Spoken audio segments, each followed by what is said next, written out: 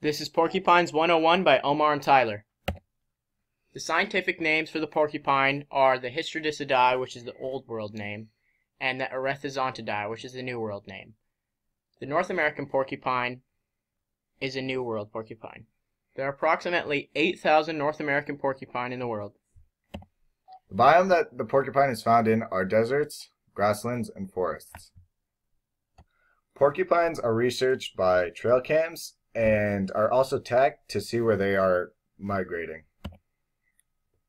Some abiotic factors are rocks that are used for their shelter, water from ponds, rivers, and lakes, and tropical temperatures that they have adapted to. Some biotic factors are trees which they use to climb up in for shelter, and they eat fruits, vegetables, and grass. They're also a keystone in their ecosystem.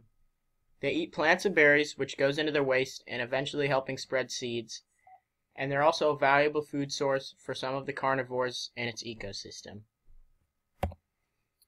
The porcupine is an herbivore. It eats mostly tree bark, fruits and vegetables, and plant stems or buds.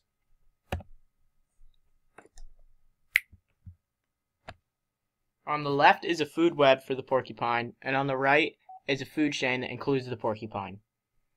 The porcupine consumes mostly vegetables and fruit, and it is then eaten by carnivores.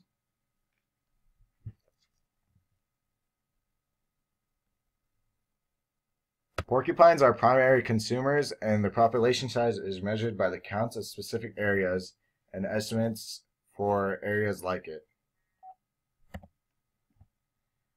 The habitats of the species are tropical temperatures, forest, deserts, rocky outcrops, and hillsides. Porcupines live in grasslands and forest habitats. They use trees and rocks for shelter. This makes it easy for them to find fruits and vegetables. Ecological equivalents to the porcupine is the gray squirrel. They live in similar woodland areas and also eat berries and buds. And hedgehogs live in woodland and meadow areas, and they eat fruits. Their interactions with other species include negative interactions with foxes, bears, and great horned owls, which are all predators that hunt the porcupine. And they have positive interactions with birds, because birds help scatter berries so porcupines, and that makes porcupines be able to get them easier. Porcupines can only reproduce once a year, and they create a range of 1 to 2 offspring. The density-independent factors are temperature and human migration. The density-dependent factors are vegetation, which includes berries, fruits, and plants, and the other density-dependent factor is predators. The population carrying capacity has not been reached, but if it does, there will be a major decrease in fruits and its other food supply. And this is our bibliography.